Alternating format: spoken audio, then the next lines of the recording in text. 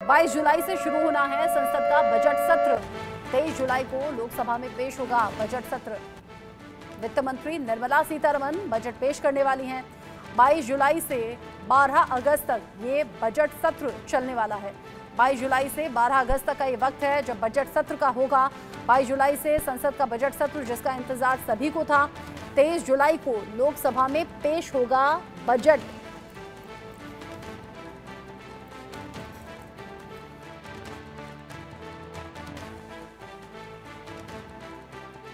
Update के साथ जुड़ गए हैं मेरे साथ में मनोहर।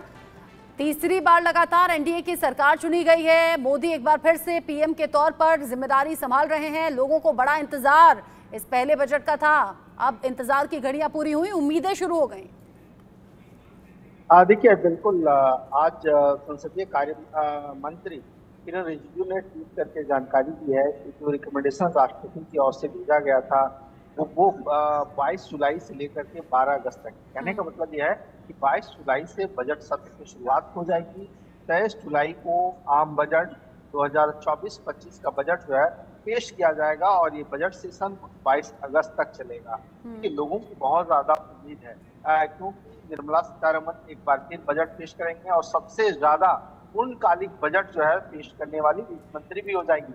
ये क्योंकि 7वीं बार ये बजट पेश करेंगे। और उसके बाद देखिए, इससे पहले जो रिकॉर्ड है वो मोरारजी देसाई के नाम पर है। 6 बार मोरारजी देसाई ने पूर्णकालिक बजट पेश किया था। सबसे बड़ी बात है कि इस बार जो है उसे जनता को बहुत ज्यादा उम्मीद है। खास करके महिलाओं की अगर हम बात करें तो टैक्स में छूट मिल सकता है। किसानों की बात करें, क्योंकि अंतरिम बजट में हमने देखा कि किस तरह से सरकार ने 1 करोड़ ड्रोन दीदी की बात हो या तमाम अलग अलग सेक्टर्स को जो राशि दी गई थी, तो ऐसे में लोगों की उम्मीद ज्यादा है, खास करके सर्विस सेक्टर के लोगों की, क्योंकि लोकसभा चुनाव में भी ये सब सारी चीजें देखने को मिली है। तो सरकार जो है तो तमाम सेक्टर्स के लोगों को ज्यादा से ज्यादा खुश करने की कोशिश करेगी। हाँ। क्योंकि कई राज्यों में अभी विधानसभा चुनाव आने वाले हैं, तो उन राज्यों को भी ध्यान में रखना होगा।